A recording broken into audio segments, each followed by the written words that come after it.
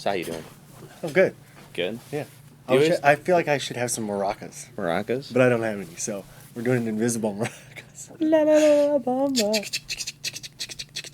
What's up, guys? Welcome to Insert this week. Hey! You know how we do. It's just Matt and I today. We're gonna just try to get through a lot of questions today, answer a lot of good stuff, and hopefully have a good time, right? Yeah. Did you want to talk about... No, we'll talk about all that at the end. Oh, okay. But we do have a TAC patch coming up here, or we have TAC coming up next week. Next or week? This Well, week. when you're seeing it. it. This week. So we're going to be there, and we're looking forward to seeing a lot of people up there, and it's going to be a lot of fun. So let's just... do you want to start? Great weekend. You wanna Sure, start? why not? Yeah, why don't you start? All right. This question is from Hello5893. Hello. My question is, when you go to different milsim ops, do you train beforehand? If so, what do you train for? What do you do to train for an event? I don't think either of us do training. Do you? Did you ever at like any point, like when you were starting out? When I first started running with like my team back in the day, it was very much emphasized to do training, and training simply just so that you could work together. I mean, was it like working as a team, or yeah, was it like stamina and stuff? It wasn't so much tactics, although when we used to train, we went over tactics and things, and you kind of get them down, and once you've got them down for Airsoft, you don't need to continuously repeat them. Yeah. Because you understand how it works. Moreover, more than that, it's just playing together often. If you are running in a squad, getting yourself familiar with your teammates so that you know where each other are, how you communicate with each other, things like that. But in terms of like prepping for an event by training, I usually like to go play Airsoft before I go to an event, just so I'm any problems with my gear I can diagnose before I get there. Yeah, especially, it's something me and my group particularly are starting to get more of like, okay, maybe we should work on our communication, do some comms training, or maybe work on our movement together type of thing, because sometimes everybody's kind of bumping into each other. Sometimes some people would mess up and could get other people hit and stuff like that. So I kind of actually want to start working on that with my own guys, but I haven't done it yet. The only other like training maybe I would do is I do try to do a bunch of hike training before an event. So I'm starting to hike a lot more now. So I'm usually doing a lot, like right now I'm trying to do like 2 to 3 hikes a week actually. Okay. Plus playing hockey. So I'm trying to keep my endurance up.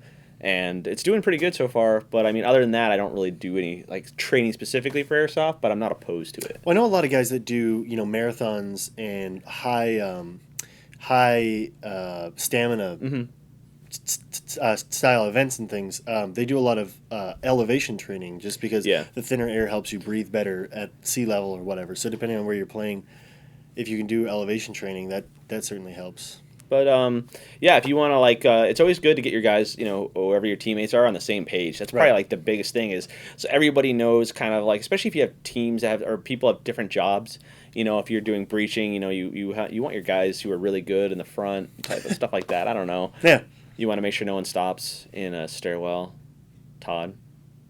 Hey, I've thrown him under the bus. He's going to join us in a few weeks on the show. Do you know that? I didn't know that. I invited him. That's exciting. Yes, he said he's going to have to watch his language. I was going to say, we might have it's going to be an episode full of It's going to be a bleep fest. Yeah. Oh, what do you got? I got ODA Airsoft GC. What are your thoughts on outdoor play versus indoor play? Good question. Indoor is cool because it's usually like room stuff, and I really like that. I like rooms, I like hallways, I like big buildings, I like multiple floors. That stuff always kind of like gets your heart pumping a little bit, gets your adrenaline going, I guess. Yeah. So that's what I really like. But I do like the outdoor side that is mount sites, the stuff like that. That's what I really enjoy. I don't so much enjoy the wilderness type stuff much anymore. I really, maybe it's the ticks we got at Broken Home. I don't know. But I'm just maybe not into it as much as I used to be, especially being able to play at so many really cool facilities. Yeah. But I'd much rather go to like a place like Blue Heron, for example. That was technically outdoor, but that was just on a whole different level. Right. But I definitely, if I was choosing between going out to a field and playing or going to like an indoor field, I'd actually choose the indoor field. I agree with you there. I mean, pretty much everything you said was kind of my same feeling. I started as an indoor player. Yeah. When I started playing airsoft, well, I started in a backyard, but then my first field was an indoor, and I mean, ever since then, I just kind of have always loved indoor. Yeah. There's just a level of adrenaline from being so close to people and whipping around a corner and engaging somebody. It's fast paced. Right, and also the ability after a 5 or 10 minute round to just kind of go sit for a minute. Yeah. I mean, that's such a lame thing to say, but at the same time, it's nice to be able to, stop for a minute and hydrate and reload and everything, and not worry about still being shot at. All right.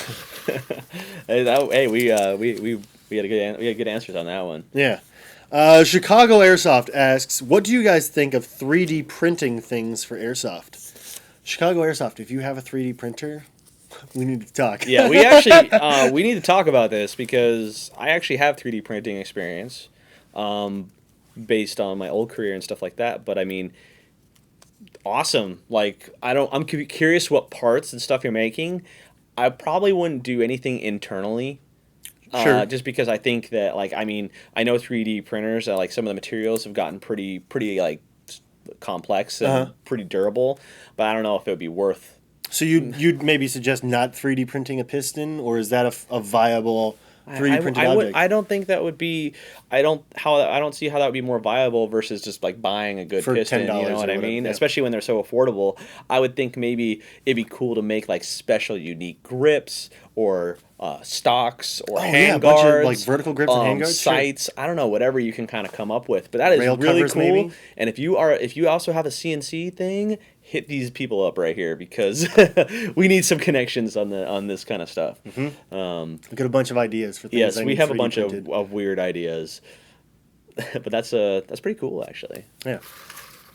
I'm gonna get you made as a 3D print. Like, No, do a nice that would be a cool. horrible I got idea. 2 questions. Pick one. That one. Oh, okay. Inquisitor Freeman, mesh or lenses? So, mesh goggles versus regular goggles.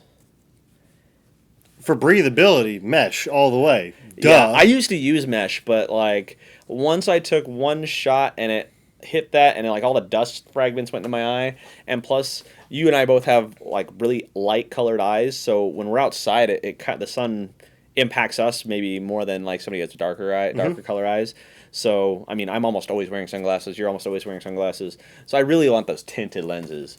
And the only reason I was using mesh was to prevent fogging, and then turbo fans and fan goggles became and a dual thing. pane And dual lenses. panes all became a thing. So I mean, those were vision goggles. I just tested out the Oakley M frames with the Hilo kit, and those are awesome. Even without a fan. I wore them on a hike. I put some anti-fog on the lenses, and I had no issue on that hike. So they're... And you can get those with us. Yes, everything with us. There you go.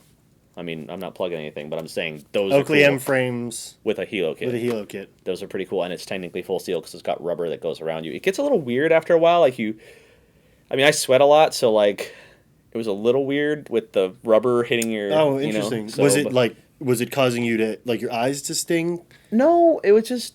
I don't know. I mean, it was on a hike, and I was like focusing on other things. But I did eventually have to take off them just because I just didn't want to wear them anymore. I know a lot of times when you get real steamy up in the lenses, like, these kind of make your eyes start to burn. No, it wasn't steamy, though. It didn't fog. I was still able to see. It just, like, my sweat was coming down, and, just getting... Gotcha. It's more than... I wasn't wearing a sweatband or a hat or anything to absorb the...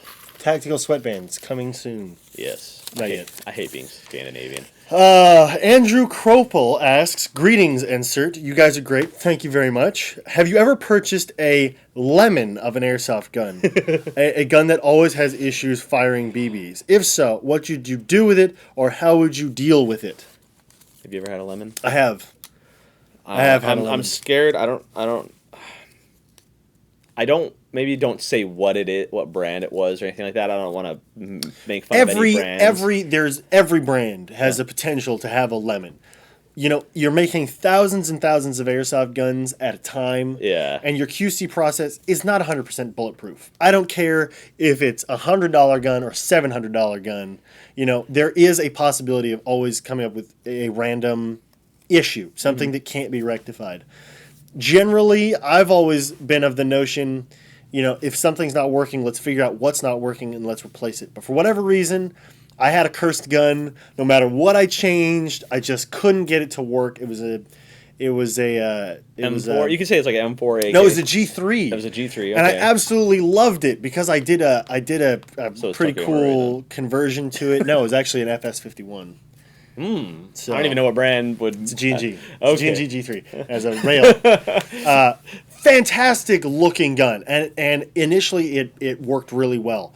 And then, like 3 months after I started playing with it, I was getting feeding issues, and it honestly didn't matter what I changed. And it wasn't the gun, or maybe it was the gun. I could never figure out what it was that was causing me so many issues.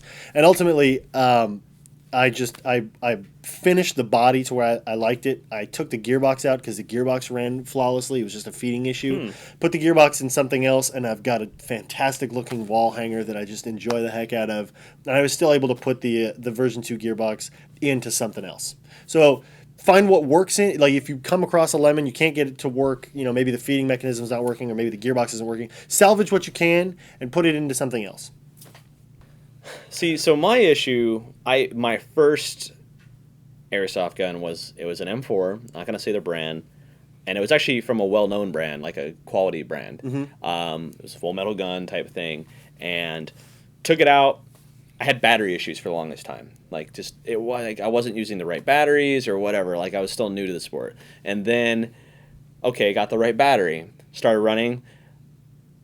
Broke. Let me see. I think it was broke like a piston or something like that. Took it in, got it repaired. Take it out to the next event. Breaks again. The spring broke in half. Bring it back. Have that fixed. Out again. Something else breaks. Like it was just breaking every single event. And my friends can attest how frustrated I was. I almost quit airsoft at that point because I was like, this is stupid. This gun is not working. Like I keep repairing it. It should be working. I think that's a feeling shared by a lot of airsofters. I was so frustrated. And then I moved on to a different gun, and I'm happy.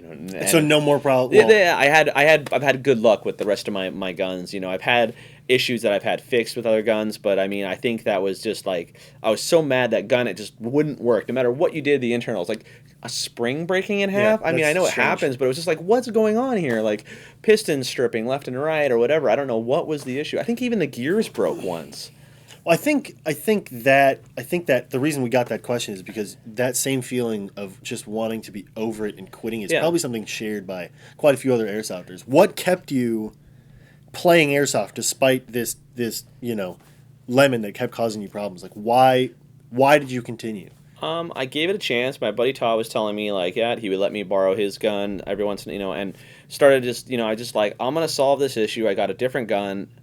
And then I moved on to a different gun, and then I moved on to, and then eventually, I went through this phase where I was buying a lot of stuff, and then I eventually condensed, and then the two guns I have now just work great. But I think now we have the advantage. There's so much technology on it now that there's so many ways to tech something, and all the brands have actually gotten better at the QC process and all that stuff. So it's now just so much easier to just get something out of the box and have it work. Your probability is of getting a lemon is very small, and almost all the companies now have warranties now. So if I that's the thing is, this is before they had a warranty. So that's true. Back when I was having the problems with all mine. these issues. So but it's all good now. I'm not gonna tell you the brand of what it was. So okay. But it was that was a good question though.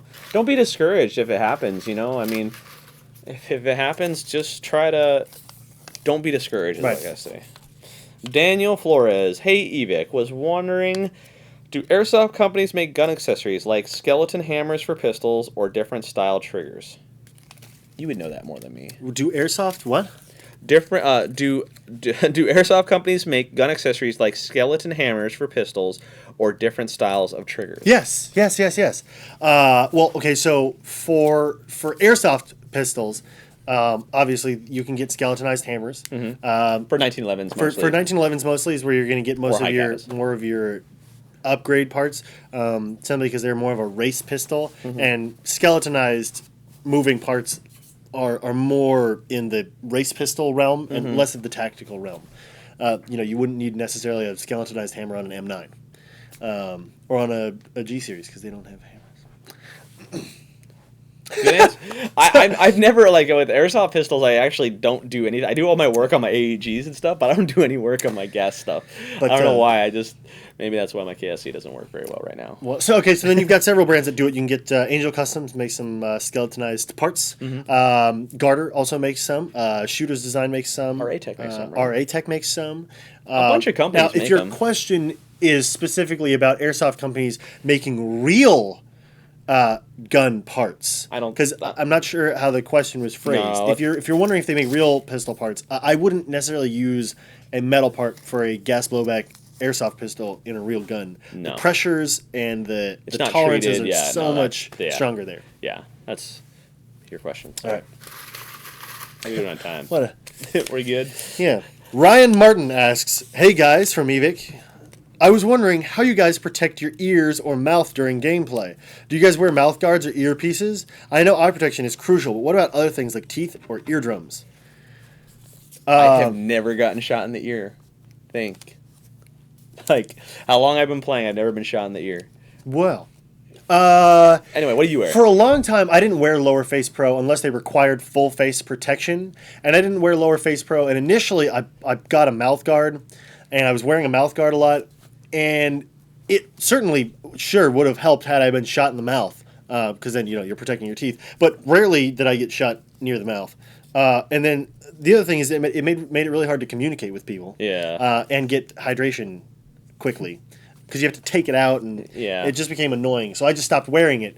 And then I would just put a shemagh over my face, which really doesn't help that much if you get shot in the tooth. I mean, if it hits hard enough to go, to move the shemagh, it could still damage your teeth. Ultimately, we went to the full mesh lower because I started wearing a helmet, and that became a lot easier. You can get the mesh even if you're not wearing a helmet, and that works pretty well. I don't wear ear protection. I probably should. I mean, I know you wear headphones, and that certainly helps. I wear. That's the thing is, I wear my Swordens. I have two sets of Swordens I use for shooting, and so they have a auxiliary plug. So sometimes I'll plug that into my comms. That way I can. That's the main reason for it. Yeah. But they do have, they will protect my ears in certain situations. So, but I'm only gonna wear like this full on face pro when I'm at like a mount site or somewhere like that. At Broken Home, I didn't wear them. I didn't wear a mouth guard. I had my mouth guard on me. I usually keep it in like I have a case in my pocket, and then I'll wear it. I'll take it out to communicate. It's just habit. Like for those like wilderness style games, I'll usually wear a mouth guard just in case. Yeah. Usually don't like wearing a shemagh anymore because it's just a lot of weight on your neck. Not to mention the heat generated here that goes up to your goggles and fogs Yeah. them. So but I would maybe think about that. I've seen some people wear like the full mesh that goes around your ears. I've seen people modify the ears or those to like just fit your ears and stuff. Oh. I've seen all sorts of weird stuff that works pretty well. So, but I've never been shot in the ear Yet. and I've never been shot in the mouth teeth area. But dental work's expensive. Well, I know nailed that. in the nose. Do you remember? Yeah, I remember you got nailed in the nose. Yeah, and like I've spent some money on I've had a root canal before, and that was really expensive. I don't even want to know what the cost of putting in a fake tooth would be, and I don't want to deal with dental problems. Super glue, just like that. And here's my justification for it. Like when I play hockey, I wear a full shield when I play hockey because I don't want to have a tooth knocked out. Right. I don't have to in my league, but I do. Sure. Most people do. Like 50% of people do. So if I'm doing it for that, why should I not wear some sort of protection for airsoft? Very true. So that's a good point. That's how I felt about it. I think this might be our last question. We'll see. All right. Oh, this is okay. Brendan Kreider, Halo sight or ACOG scope? What is better for woodland? It's like a wilderness distance type thing. I would go with the ACOG. Something with magnification. Yeah, magnification in that situation. Even if you don't use it for shooting, like even if you don't use it to sight in, spotting people. Oh yeah, that is where it's really useful. I use my ACOG more for spotting people than actually aiming at them through the ACOG. It is useful though. You can see your BBs go in, And what about a Halo with a magnifier though? I'm not really a fan of them. I know some people are, but it feels bulky on the rifle to me. I kind of like. You want to either go with that ACOG or with that dedicated system. Yeah. Okay. That's just the way I feel about it. I like both. And I don't even have an ACOG. I have all T1s on my stuff. So I just started using the T1. It's nice, isn't it? It's nice. Yeah, it's really nice. 'cause But it's small. also, spotting. Although I think I'm going to add to my kit for Milsim events. I've been thinking about adding to my kit just a set of binoculars. I used to carry a monocular, a small monocular, and I would pull it up, and it was a pretty far zoom, and it was I got it for Lion Claws when it was at Hesperia, because that's where it really came in handy. But I mean, I actually have it in my kit. I could always put it on whenever I want. But I could just throw it in a pistol taco, So general use in woodland, you'd recommend an ACOG. Yes. If you want to run a hollow, maybe try bringing in monocular or binoculars with you. Spotting is if you can see them before they can see you, and if you can maneuver to be able to shoot them before they can shoot you, tactical advantage. That is because if you're just shooting each other because of range, you know it's all about luck and maybe a little bit of who has the better gun at that stage, Yeah, a little bit. But that's our last question for the day. But what we want to talk about is this is our last episode of Insert. I'm just kidding. I was just like, I can't keep a straight face. We're almost to 40 episodes, so what we want to do is we're gonna change things up a little bit to kind of keep the ideas fresh. So we got an idea from somebody that each episode we're gonna have a theme to it, and basically we're gonna announce the theme for next week's episode in the previous this video. in the previous episode. So we got inspired because TAC is coming up next week. That next week our theme is going to be about events. So anything you want to talk about in terms of events we go to, traveling, what we how we travel. I mean that's a good question. Sometimes we get a lot of that stuff. What we like to play, where we plan to go in the future. So event and travel related questions. Anything that pertains to events. Okay. Past or future. And they should ask that now. Yes, in the comments below. Put your questions in, and we're actually going to take these questions out. We're going to keep them for now in case we decide to. Sure. So we're just trying this out. We're just trying this out. If you don't like this idea and you're like, no, don't do that, let us know. Yeah. And if you do like the idea, post a question and say you like the idea underneath it. That way we can kind of gauge if this is going to work. We want to make sure. Ultimately, we're doing this for you guys. Yeah, we want to make sure that this keeps going. We actually we were kind of told that some people are maybe thinking the show's getting a little stagnant because but we want to make sure that our goal is to get this past 100 episodes one day. So, and that's going to take us another year. So I mean that's our goal is to be doing this show next year in August. So keep those questions coming and. We'll see you guys next week. And we'll see you guys next week after Airsoft Camp, or maybe during. Maybe we can do a. We might do something at Airsoft Camp, but that's like a live, maybe. Yeah, I think we might. But more on that at Airsoft Camp. We'll see you guys later. All right, bye guys.